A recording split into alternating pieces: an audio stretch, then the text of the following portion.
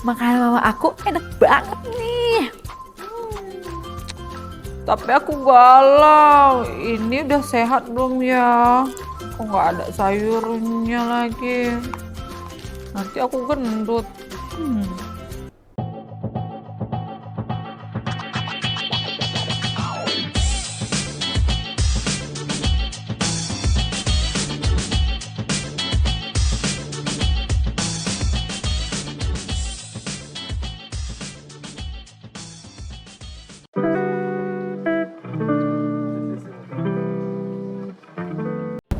Halo Besti Bulog, ketemu lagi dengan saya Yuniar di Bulog Business Talk. Nah, hari ini kita sudah kedatangan tamu spesial nih di Bulog Business Talk episode kali ini, yaitu Mbak Diajeng Anjalna selaku ahli gizi. Yeah. Selamat pagi Mbak, panggilannya siapa nih Mbak? Selamat pagi, boleh panggil Ajeng aja. Mbak Ajeng ya. Oke, nah tema kali ini akan sangat menarik karena kita akan membahas porsi makan sehat, utamanya buat besti-besti Bulog yang sering galau nih. Bingung ya kan, sebenarnya porsi makan itu udah sesuai atau belum sih, apalagi untuk teman-teman besti Bulog yang lagi diet ya kan, untuk lebih sehat. Nah, Mbak Ajeng lah, kalau saya boleh tahu nih Mbak, tadi kan saya tuh sempat makan ya Mbak, bekal mama saya yang rasanya tuh enak banget gitu kan, porsinya juga banyak karena enak. Nah, saya bingung nih Mbak, sebenarnya porsi makan saya itu udah bener sehat atau enggak gitu loh. Jadi pas lagi makan enak tapi galau gitu. Oke. Nah, gimana sih Mbak sebenarnya untuk porsi makan kita sendiri? Oke, ini memang sering galau ya Kak, kalau misalnya makannya enak pas di lidah tuh kayak pengennya nambah terus. Betul, setelahnya baru menyesal Iya, ya. betul. Nah, ini sering banget terjadi ya teman-teman, bahwa memang ketika kita makan, kita tuh nggak hanya memperhatikan porsinya aja, tapi kita juga perlu memperhatikan kandungannya. Apa sih yang kita makan? Kita perlu sadar betul apa aja yang kita makan, apakah itu benar-benar sepenuhnya sehat untuk tubuh kita atau tidak. Nah, terkait dengan porsi makan Mbak Yuniar, jadi di gizi seimbang itu kita ada namanya prinsip gizi seimbang dan isi piringku. Oh, isi piring. Ya, jadi isi piringku nanti teman-teman juga bisa browsing karena di Kemenkes juga ada di posting mengenai gimana sih porsinya, tapi aku akan jelaskan sedikit. Jadi dalam satu piring itu kita konsumsi dikatakan seimbang ketika ada karbohidrat, ada protein, ada buah-buahan, dan sayur-sayuran. Jadi ada 4 komponen itu. Nah, gimana pembagian porsinya? Jadi porsinya itu Kak, satu piring bulat itu kita bagi yang 2/3, kurang lebih nanti bisa dicek ya teman-teman gambarnya. Iya, 2/3, iya betul. 2/3 itu isinya nasi atau karbohidrat, nggak hanya nasi aja. Tapi seringnya kita masyarakat Indonesia konsumsinya nasi ya untuk makanan pokok. Jadi makanan pokok berisi karbohidrat bisa dari nasi, kentang, jagung, mie, bihun, dan umbi-umbian. Nah, itu 2/3. Lalu 2/3 sebelahnya nih Kak, itu isinya tuh sayuran Kak. Jadi porsi nasi dengan porsi sayur tuh seimbang. Kalau misalnya lebih banyak ya, iya, jadi baiknya tuh seimbang. Misalnya kita makan nasi sama sayur, nasinya 1 centong, sayurnya juga 1 centong, gitu. Jadi antara nasi dan juga sayur seimbang. Terus sepertiganya itu diisi dengan lauk pauk plus buah-buahan, gitu. Jadi satu piring itu lengkap, ada karbohidratnya tadi, proteinnya sebagai lauk pauk, buah-buahan dan sayur-sayuran. Jadi ketika kita konsumsinya itu dengan porsi seperti itu bisa dikatakan kita seimbang. Nah Mbak, kan kadang itu kita suka bingung ya nih ya, untuk orang-orang yang diet apalagi gitu kan, katanya ya harus kurangin karbo gitu, banyakin protein. Nah ternyata setelah penjelasan dari Mbak Ajeng sendiri nggak gitu ya Mbak ya ternyata ya Mbak? Iya betul, jadi sebenarnya kalau ada teman-teman yang mau diet, nah tentukan dulu tujuan dietnya tuh apa. Apakah ingin menurunkan berat badan secara angkanya, atau mungkin mau menaikkan massa otot, atau mungkin menurunkan massa lemak. Nah biasanya itu ada personalize-nya sendiri, seperti itu. Kalau misalnya itu memang diet itu personal ya Mbak, jadi memang kita tuh perlu tahu apa tujuannya, terus gimana kondisinya saat ini. Biasanya kami ahli gizi akan melakukan assessment terlebih dahulu, mulai dari berat badan, tinggi badan, usia, lalu gimana aktivitas sehari-harinya, itu akan kami assessment, terus kita cek juga pola makannya. Nah disitulah nanti akan disesuaikan, jadi nggak langsung nggak boleh makan karbohidrat, atau mungkin kita sama sekali nggak boleh makan gorengan dan lain-lain. Itu nggak seperti itu, karena sebenarnya diet itu pengaturan pola makan, dan ketika kita punya tujuan diet tertentu, kalau misalnya dietnya menyiksa itu pasti kita jadi nggak semangat dong. Iya, terbebani. Jadi bisa makan gorengan ya. harusnya diet itu dibuat sebagai perjalanan hidup sehat yang menyenangkan. Betul banget Mbak. Memang saya juga kan Mbak pengen langsingan ya, tapi kendalanya itu susah banget, ada niatnya kayak aduh mau makan enak nggak boleh, masa gitu ya kan, ternyata tetap bisa Iya, ya. tetap bisa kok. Boleh kok kita ngemil-ngemil, kita boleh makan ini dan itu asal sesuai dengan porsinya itu tadi, Kak. Atau sesuai porsinya Iya. pas ya. Nah Mbak, kalau untuk orang-orang dengan misalnya dia diet yang untuk diabetes misalnya gitu ya, ada nggak sih aturan yang harus dilakukan gitu? Misalnya mengurangi tepung-tepungan atau mengurangi tadi karbohidrat atau mengurangi gula mungkin. Ada nggak sih kayak aturan tertentu Mbak dalam makan kita gitu? Oke, kalau untuk case-nya diabetes, nah kita perlu paham dulu sebenarnya apa sih penyebab diabetes.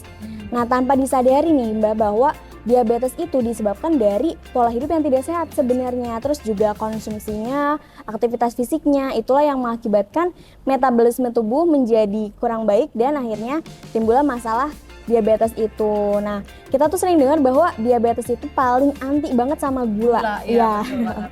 Nah, sebenarnya untuk diabetes itu kan ada jenisnya ya Kak, dan biasanya tuh ketika dicek nanti di medis itu akan dilihat dulu berapa sih kadar gulanya saat ini. Nah, kalau misalnya untuk dietnya itu sendiri, untuk orang-orang yang diabetes, simpelnya kita menganjurkan cukup perhatikan 3J.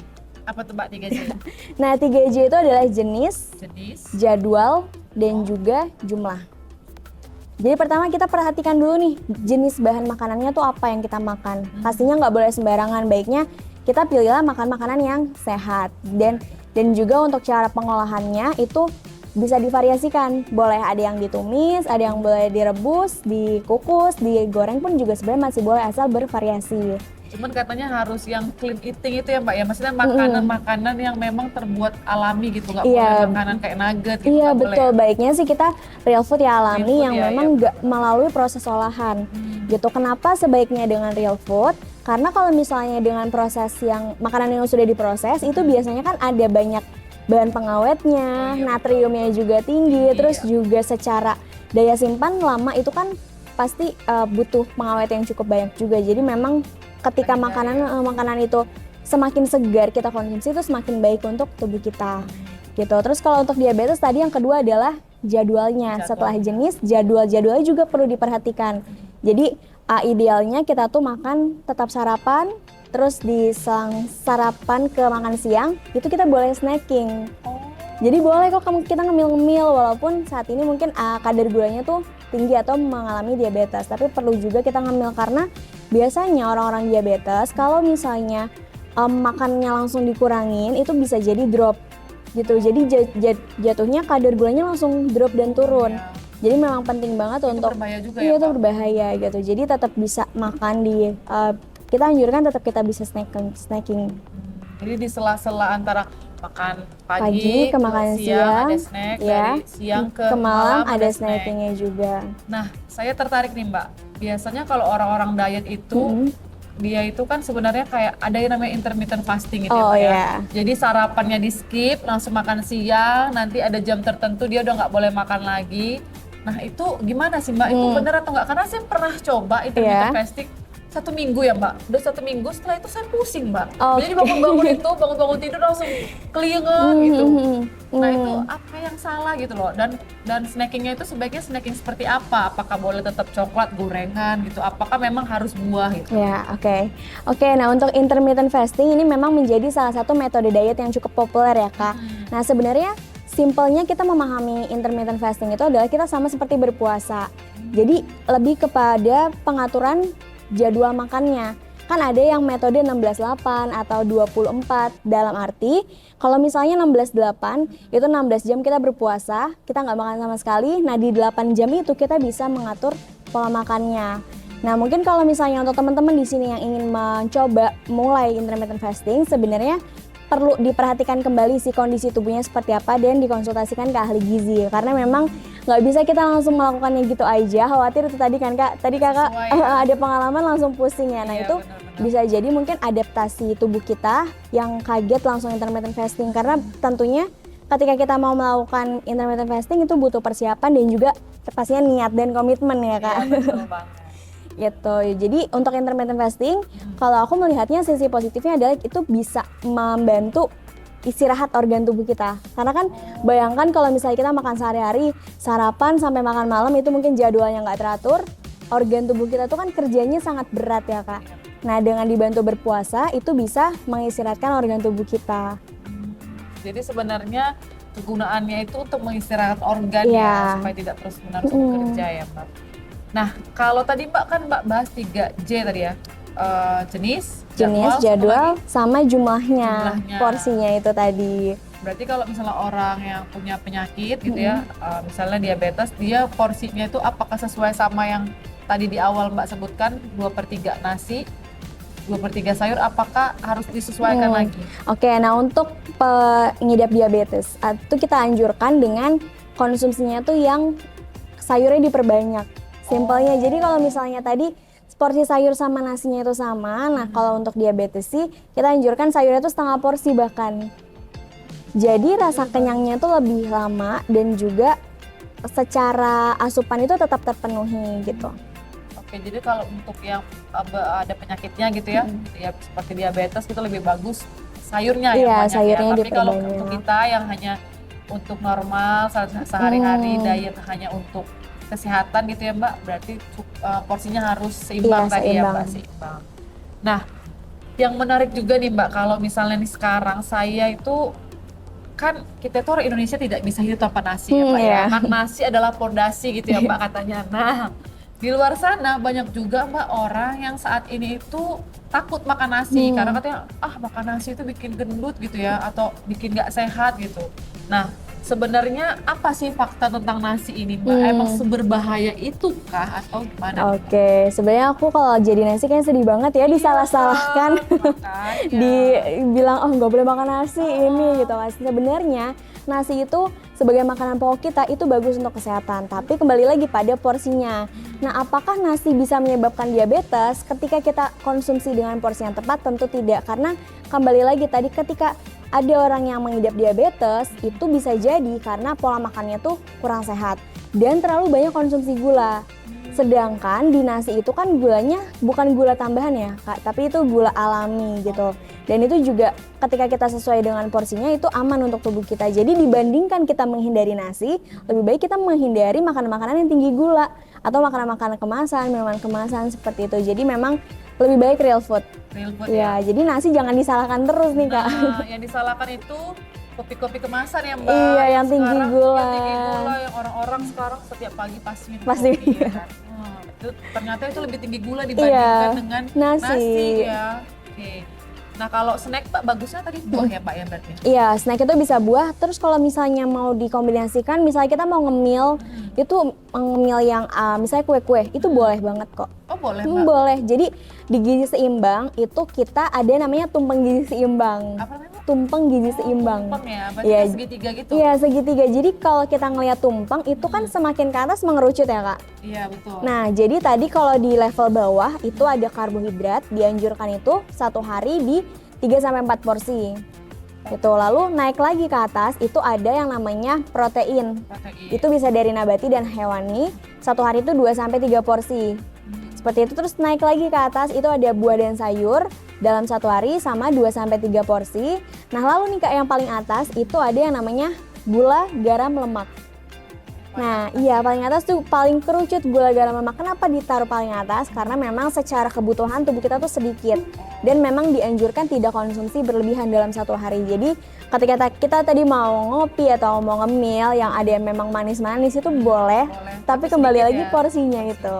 Oh ternyata memang karbohidrat yang seharusnya lebih banyak ya Mbak ya? Iya, tapi idealnya tadi karbohidrat dan juga sayuran itu porsinya tuh sama. ya. Oke menarik nih. Mbak untuk teman-teman yang lagi diet nih Mbak ya untuk mengurangi ibaratnya pengen berat badannya itu pas gitu ya kan. Nah itu tuh Mbak sebenarnya apa sih yang harus dilakukan defisit? Ada orang bilang kan harus defisit kalori. Nah defisit kalori itu seperti apa sebenarnya Mbak? Oke. Nah untuk teman-teman yang di sini punya tujuan diet untuk menurunkan berat badan biar lebih sehat tentunya. Untuk sarannya itu tadi benar defisit kalori. Jadi diet defisit kalori itu adalah kita mengurangi asupan makan yang tadinya mungkin kita setelah dihitung-hitung 2000 kalori. Nah, ini kita kurangi perlahan, pastinya perlahan ya Kak. Jadi 1500 kalori ini dalam satu hari. Nah, cara simpelnya itu kita ngelihat dari porsi makannya aja Kak, yang mungkin tadinya kita tuh makan 1 piring 2 centong. Nah, itu bisa kita kurangi perlahan jadi 1,5 centong atau nantinya 1 centong. Jadi memang bertahap untuk bisa defisit kalori. Nah, selain itu juga dianjurkan tadi perbanyak konsumsi sayur buah supaya vitamin, serat, dan mineralnya tetap terpenuhi. Dan untuk konsumsi protein itu juga bisa membantu untuk meningkatkan massa otot gitu. Nah, jadi untuk teman-teman yang mau turun berat badan, simpelnya kita pertama perlu perhatikan pola makannya. Terus kedua, jangan lupa aktivitas fisik, karena buat apa kita pola makannya diatur tapi kita mager-mageran, kita rebahan, iya. Nah, itu juga perlu diperhatikan. Terus yang ketiga, aktivitas fisik itu tadi penting ya, sebaiknya rutin 30 menit per hari. Dan yang terakhir adalah istirahat cukup. Nah, jadi istirahat cukup itu juga penting banget Kak. Kebanyakan orang diet atau mungkin kita pekerja seharian beraktivitas bahkan lembur, lupa istirahat, nah itu juga sangat mempengaruhi kesehatan kita. Jadi baiknya kalau misalnya kita mau diet, perhatikan juga nih jam tidurnya kita, jam bangunnya kita, itu perlu diatur. Berarti tadi pola makannya ya Mbak ya, terus kita juga harus tetap bergerak nih, beraktivitas gitu, minimal 30 exercise lah ya. 30 menit itu sebentar banget ya. Sebentar ya, jalan, lari gitu ya Mbak ya. Dan satu lagi tadi, istirahat yang cukup. Nah, harus 8 jam berarti atau itu sebenarnya idealnya 8 jam. Cuman di 6 sampai 7 jam aja itu udah cukup. Oh, udah cukup ya. Jadi untuk orang-orang yang sering main HP sampai malam itu dikurang-kurangi, guys. Nah, terakhir nih Mbak Ajeng, ada nggak sih nasihat penting bagi Besti Bulog supaya bisa hidup sehat dan bisa mengatur pola makannya nih supaya berat badannya seimbang dan juga sehat gitu. Oke, untuk Besti Bulog di sini, untuk yang mau mulai hidup sehat, saranku adalah mulai aja dulu. Jangan terlalu ribet mikir ini itunya, tapi cobalah mulai dari hal-hal kecil yang mungkin tadinya air putihnya tuh minumnya kurang. Nah, itu bisa coba diperhatikan, konsumsi air putih yang cukup. Terus kalau misalnya selama ini nggak suka makan sayur buah, nah mulailah untuk konsumsi makan sayur buah, tentunya secara perlahan. Nah, nanti kebiasaan hidup sehat itu akan terbentuk dengan sendirinya. Gitu. Jadi ketika kita sudah punya niat, mulailah dengan hal-hal kecil dan jadikan itu kebiasaan sehari-hari. Karena biasanya kalau misalnya semakin ribet atau banyak aturan itu kan orang jadi males dan akhirnya nggak konsisten. Padahal ketika kita mau hidup sehat yang dicari itu kan konsistennya supaya bisa untuk next step-nya tuh bisa menjadi habit ya. gitu. Jadi lifestyle-nya kita ya. Iya, betul. Nah Mbak Ajeng, tadi kan Mbak Ajeng sudah banyak berbagi tips ya dengan Besti Bulog di luar sana bagaimana porsi makan sehat itu sehingga kita bisa membangun pola hidup sehat nih Mbak.